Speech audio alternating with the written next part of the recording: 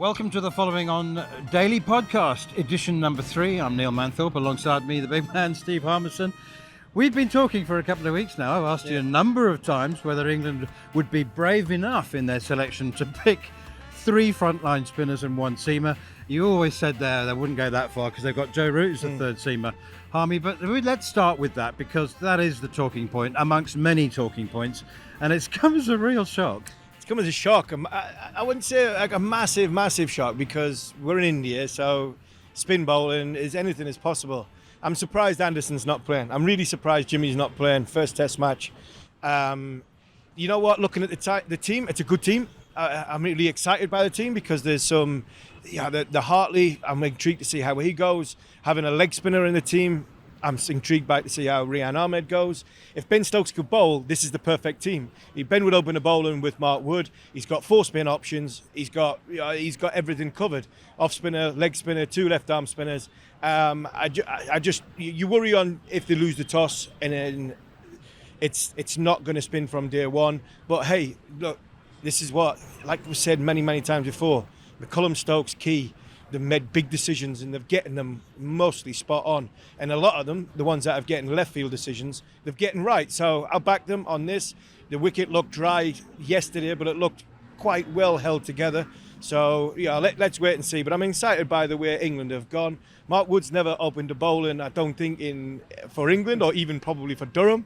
And then you've got who is going to open the bowling from the other end, and I think it might not be one of the 3 spinners, frontline spinners that they've picked, because Hartley obviously opens the bowling in one-day cricket. I've got a funny feeling Joe Root might take the new ball for England, and that would be left field as well. Now, we know that Jimmy Anderson was the only frontline seamer picked at Ahmedabad in 2021. Yeah. But Ben Stokes was bowling then, so it was 2 pretty much frontline seamers. The last time England picked 1 seamer was in 1962 when Bangladesh was still part of Pakistan. They played Pakistan in Dhaka in 1962, and the 1 seamer was Barry Knight. Barry Knight, no. I don't even, I wouldn't say. How much do you know about Barry Knight? Don't know a great deal about Barry Knight. Is that nothing? Yeah, probably nothing, yeah. I don't know anything about Barry Knight either. I mean, that's amazing. It's incredible. Absolutely amazing. I've played in games when I've been involved in series when Marcus Jaskovich took the new ball, or Butch. I think Butch took the new ball in one of the games. But I get why England are playing the way they are. They've seen the pitch obviously a lot more than what we have. They've seen the deterioration or the look of the pitch over the course of the last 3 days, and they've come to the conclusion that if not on day 1, definitely day 2, and then gone beyond. So it'll be interesting. Fingers crossed now for Ben to win the toss. It is intriguing, isn't it? I mean, 3 frontline spinners, but Rian Ahmed's played a couple of Test matches and Tom Hartley's on debut. It is a huge gamble. But then we've seen England come out here and play their full strength team and go with an ordinary looking, a normal looking England team and get well beaten. It's really intriguing as well because that's a fairly fragile, inexperienced, fairly Indian middle order, and they're going to be expected to completely dominate. So I can see Ben Stokes saying, come on then, keeping the field up, men round the bat saying, come on then, you're the best players to spin in the world, take them on. Yeah, 100% agree with you. And I think the challenge is always going to be for Ben. It's not going to be, he's never going to bowl. It was never going to be the challenge of batting. This series was always going to challenge his captaincy and his mindset and his psychology of the captaincy for what you've just mentioned there. Saying to Tom Hartley, who's got 40 first-class wickets, saying to Rian Ahmed, who's like 19, nearly 20 years old, you're doing the right thing, even though they're running down the wicket and belting you over their head, keeping the field up, keep bowling at that pace, keep trying to land it in that line. So because of that, that's where Ben's going to earn a lot of his money. And he's got to be, as he always, he's going to be proactive, he's going to be switched on, he's going to be in a position to say to a young bowler, right, it doesn't matter if you go for that boundary, you're doing the right thing, we're building some pressure into this plan, so stick with it. And it's easy for Ben to say it, he's got to make these young lads believe it, and that is going to be the biggest test of Ben over the course of these 5 Test matches. It's so exciting. Let's hear from Ben Stokes. Earlier, Andrew McKenna, Macca, had a chat to him. Now, you were doing research elsewhere while this interview was taking place, but you feature in it, so have a listen.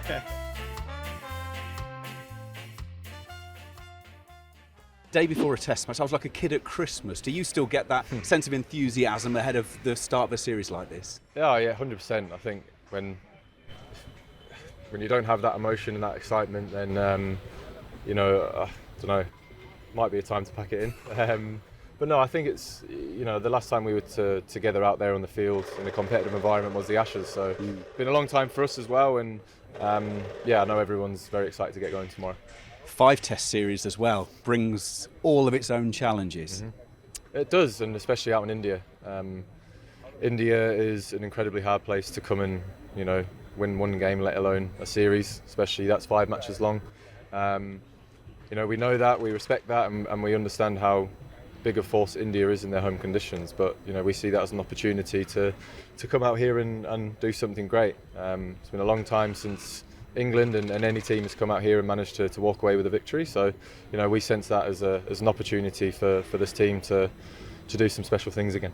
How important are 5 test series, do you think, or with the way the calendar's going, is it going to be a dying breed? I mean, I discovered yesterday, this is India's first home 5 test series since England played them in 2016. I mean, it just doesn't happen anymore. I think the best way to answer that for me is that if a test series should either be 3 or 5. If there's a result in every game in a series, then there should be a winner. 2-match series, you could have 2 teams, one team wins one, the other wins the next, and you draw, and you're both desperate to have one more.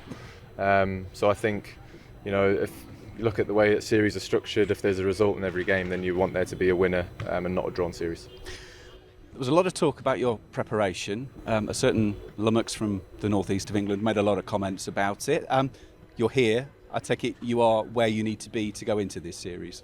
Yeah, we are. Look, me and Stephen were great friends, and I know he's came out and said that we had a chat on the phone, and we did. It wasn't an argument or anything like that. It was just two people who have a relationship outside of the media, just sort of chatting through things. And look, we've had an unbelievable prep up in Abu Dhabi. We got exactly what we wanted out of it, and we're 3rd day training here before we start, and it's a 5-match test series. It's going to be a long one.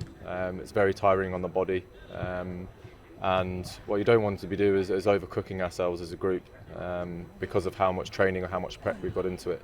It's about the time of preparation that you have is making sure that is worthwhile and the intensity is where you need it to be, because what we don't want is get into the back half of the series and lads being tired. You guys always talk about controlling the controllables. Of course, what you've not been able to control is the stuff around the human side of the game. And obviously, Harry's had to go home, and now Bash has had to go home to hopefully sort his visa out. How do you deal with that as a squad?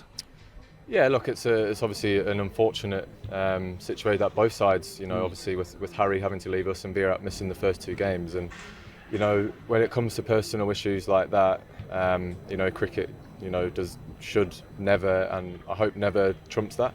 I think some people outside of it think because of what this game has given us, the opportunities that it's allowed us to go and do what we do, sometimes you may think, I need to do this because of that. But family, personal, all that kind of stuff trumps anything else. So, we obviously send all our wishes to Brookie, all our wishes to Virat. And obviously with the Bash situation, again, it's frustrating as a captain, but he's had I know the lads have got around him.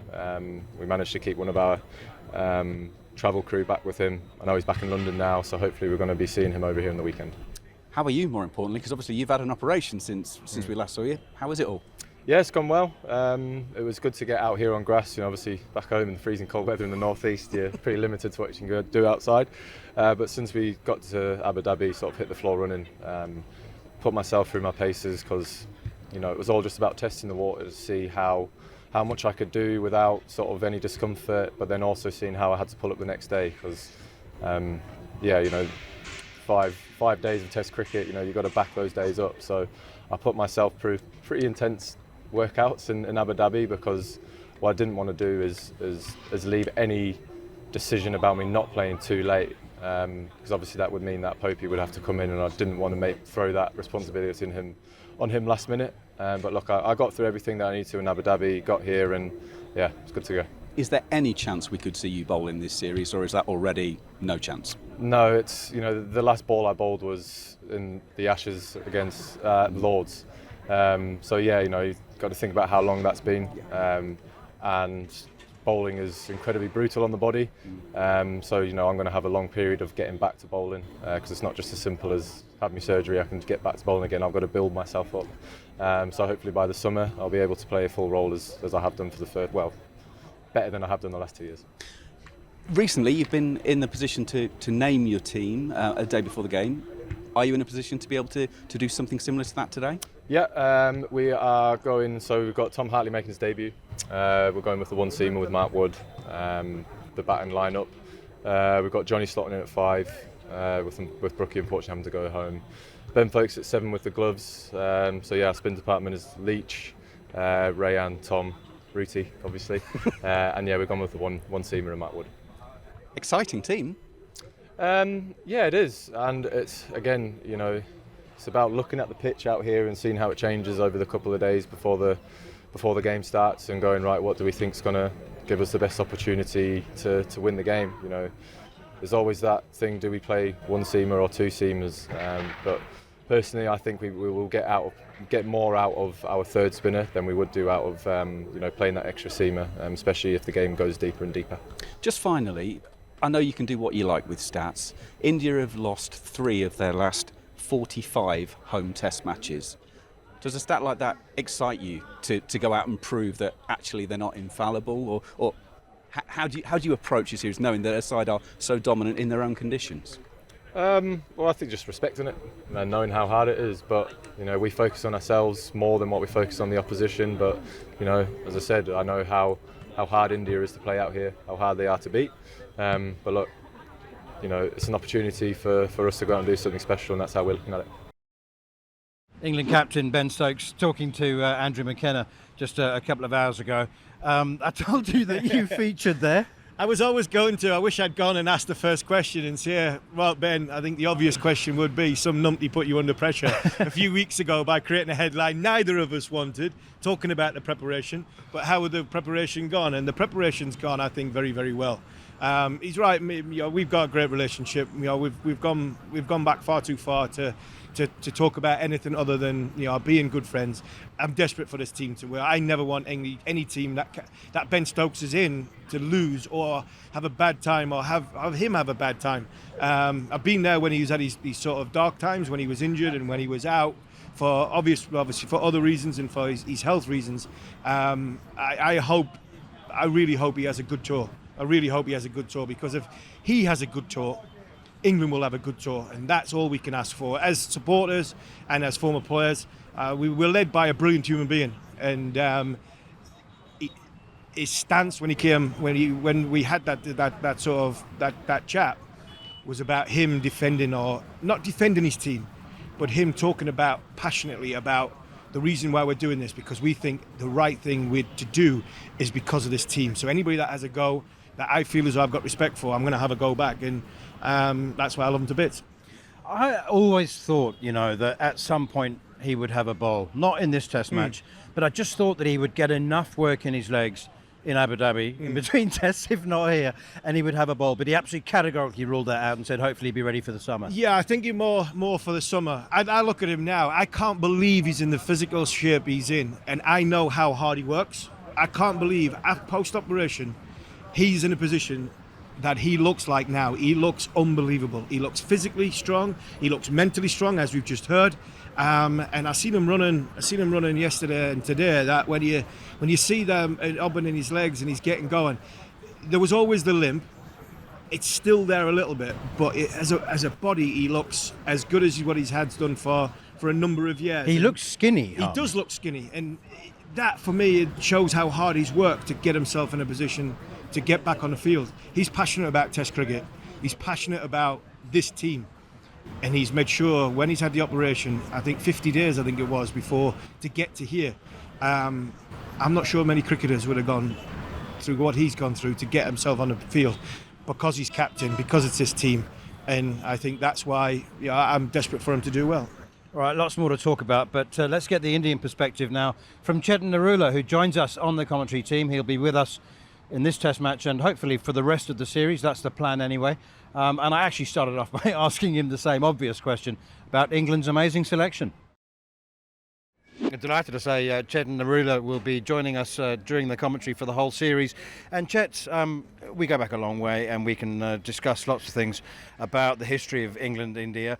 But I want to start off with the news we've just heard a couple of minutes ago, because it's huge and it's unexpected and it's super brave. Brendan McCullum spoke about being brave with selection, not just brave with your cricket.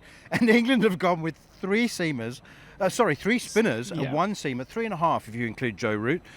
Ben Stokes did make a point of mentioning Joe Root. They've gone 3.5 spinners and Mark Wood. Wow. Absolutely wow. Neil, and you know what? There's a lot of excitement about this series, and people are expecting England to do something crazy. And you know what? They've just done it. From a starting point of view, they have absolutely done it. And, three spinners. Does it say that this pitch is going to be a rank turner because you want to take advantage of that? Or it says, you know what, it's going to turn a lot later on. First couple of days, it's going to be really good for batting. But that is an absolutely bonkers combination that England has gone with. And the big question is, who's going to take the new ball with Mark Wood? There's that question. Now, see, I'm trying to remember the last time and it was before I'm very quick to say it's before my professional career began, but I do remember India doing this. 4 spinners, because I remember Sunil Gavaskar, when I was a schoolboy, taking the new ball. He'd trundle in and bowl 3 or 4 overs of medium pace, and then the spinners would take over. I can't remember who they played one seam. Was it Kapil Dev? Yes, Kapil Dev at that time. And also, I think it was before Kapil Dev as well, because 1971, they didn't have too many paces at that time. So, look, I was not even born. My parents were not even married then, so not even close to being born. In 2012, India did that against England in the must-win test in Nagpur. Didn't go their way, obviously. Ravindra Jadeja played that test match. Piyush Chawla was in that particular test match. And I think it was Ishant Sharma, the lone pacer in that game. The ball didn't rise above knee height. So obviously you were not going to take 20 wickets. But let me assure you, we're going to get 20 wickets over here, one way or another. It is fascinating because, I mean, yesterday Steve Harmison and I looked at the pitch and it didn't look like a rank turner. I mean, I remember Nagpur 2015. I mean, the dust was blowing off it 2 days before the test began. I mean, there wasn't a blade of grass on it. This has got live grass on it. I'm sure it'll get shaved, but it doesn't look an underprepared rank turner. No, it doesn't. And I had a chat with Brendan McCullum, just before Ben Stokes named the 11, and he said, you know what, looks like a good pitch. And I was like, if you're happy with the pitch, that must mean something crazy is going on. So last year, the Indore track, 3rd test match against Australia, over in, 2.5 days, and the ball was turning from ball 1, and, puffs of dust. That was an underprepared pitch. This looks nothing like that. This looks a proper track, and you're absolutely right. They were actually watering. There were pictures of the pitch being watered on Monday. Probably would have upset Rahul Dravid and Rohit Sharma a bit. But look, I think it's going to be a decent wicket. I'm not going to be brave enough to predict how long the game's going on for, but I think we'll see something in it for both the batters and the bowlers. Let's talk about the Indian team briefly and the absence of Virat Kohli for the first 2 test matches. Obviously, we can talk about the cricketing side of things, but everyone knows that. I mean, the guy's a genius. But I don't know, from a is psychological the right word? But from a spiritual perspective, cricketing spirits, that is, how much of a loss will he be? Huge loss for India, no doubt about it. I mean, if you look at the batting lineup right now, Yashasvi Jaiswal played the 4 test matches, Shubman Gill 20 test matches, 12 test matches for Shreyas Iyer. So that's 36 test matches between the 3 of them. That's lightweight experience for the Indian middle order. So a lot comes down on Rohit Sharma and KL Rahul, and of course you have one of the 2 wicket keeper batters. They haven't played a lot of test cricket. I mean, if Dhruv Jurel plays, that's going to be his test debut. So from that perspective, India, if we can say so, they're a bit lightweight on experience in terms of runs. A lot will come down on Rohit Sharma and KL Rahul in this particular match or the next match, in fact. So nobody can fill Virat Kohli's shoes at the moment. There's no doubt about that. But I think if India were way ahead of England going into this series, I think it's just evened things a little bit. Maybe made it 55-45, I don't know, going into the first test. Okay, just quickly, talking about that Indian middle order, I sense a game of double bluff coming up because, ask those players, Shreyas Iyer and them, whether they would be happy playing against three frontline spinners? And they're most likely to say yes. So Tom Hartley's on debut. Rian Ahmed's played a couple of test matches. And I can see Ben Stokes having attacking fields, everybody in, saying to those guys, come on then, you're great players of spin, we all know that, take them on. Yeah, I think that's the kind of dice they are rolling with, England, at the moment. I think they are going to tempt the Indian batters. Shreyas Iyer is absolutely going to love it. Rohit Sharma is going to love it. I think all of the Indian batters are going to love it, that they're going to have so many spinners, especially if it doesn't turn out to be a ranked turner, which means if India's batting first couple of days, really good for batting. But there are two ways it's going to go down. Either Indian batters are going to attack the spinners and get out, or they're going to score a ton load of runs. I mean, so many runs that England will be like, okay, you know what, how many do we have to score now? So that's the only two possibilities here. But again, to my mind, England have rolled the dice. They're tempting India into getting into that higher gear. What did Rahul Dravid say yesterday? That we're not going to get out of our comfort zone. We're going to assess the situation. All of our batters play positive cricket, aggressive cricket, but we're going to assess the situation and then play it. How do England play it? They just go hammer and tongs. So they are throwing the gauntlet down to India and saying, attack our spinners, play like we do. I think they've learned a lot from that Ashes. Chet, it's so good to have you as part of the team. Now, I'm going to ask you for your prediction because I know it's always difficult, but we get asked, we ask each other because our viewers and our listeners like it when we go with a prediction, even if we end up with egg on our face. Now, I will tell you, though, to make life easier for you, that Harmy and I have agreed. We've both gone 4-1. To India. Win. Oh. No, I'm kidding. Yes, 4-1 to India. So yours? Well, I think, and I've been on a couple of shows here in India, and we've discussed predictions there. So I'll say what I've said there. Either India's winning this 4-0 final, or it's going to be the greatest test series of the modern day era, where it's 2-2 going into Dharamsala, and we're going to have an absolutely bonkers final test match. There's not going to be any in between. It's either 4-0 final to India or 4-1, like you said, or it's going to be an absolutely bonkers, crazy, close series, 2-2, and, decider in the mountains. What are the chances of the second option? Let's say 70-30 or 80-20. Let's go with that. Chetan, Narula, brilliant to have you, as I said, and we'll see you for the first session tomorrow. Absolutely, looking forward to it. Can't wait, and of course you can listen to all of us here on talkSPORT. That's Chetan Narula, who'll be on our commentary team. And remember, every single ball is live here on talkSPORT 2. The first test match starts at 4 a.m. We'll be on air from 3:30 a.m. He was talking about the absence of Virat Kohli there. And it's a big leveler, isn't it? Really, I mean, it's a big leveler. I wrote a column last night about Virender Sehwag and talking about how it is possible to score big runs and score them quickly as well. It's not unprecedented. I mean, in decades gone by, England have come here, and even when they've batted first, they've batted with caution. But this is not carefree, but a brave England team. And if they do win the toss, I don't think it will spin much on day one, maybe even day two. Ben Duckett, Zach Crawley, that middle order, and there's batting depth now as well with folks at 7, Rian Ahmed, I presume, or Tom Hartley at 8, batting down. There's scoreboard pressure could be massive. They could be massive, and I mentioned Virender Sehwag. He was very, very difficult to bowl to in them early 10 overs, and put you on the back foot straight away. I remember in Chennai in the first Test match when we came back after the terrorist attack, and they chased 380, and they only chased 380 for one reason, and it was Virender Sehwag. It wasn't Sachin's 100. It wasn't. I mean, Virender Sehwag got them in a position to believe that 380 in a day was possible, and that was largely down to how badly I bowled and how badly Jimmy bowled. But he put us under pressure, and that's what he can do. And that, for me, is what this great team is. This good England team's got. England's got a great mentality for throwing punches back. So if India come and start throwing punches and get on top, England's not going to stand there and just take them. Maybe years gone by, that's what's happened. I think this team will throw punches back. Might go horribly wrong. It might go kamikazely wrong, and England get rolled over for a small total in a reckless way. but they'll not die wondering. And I think that mentality over 5 test matches, what stands it for me, that's what gives me hope that England can have a good series out here. I think there's going to be passages in this series where England are in the game and going to be doing well and they're going to be on top. I always come back to the fact that their spin bowlers and our spin bowlers, there's a gulf between the two. I think the rest are pretty much covered.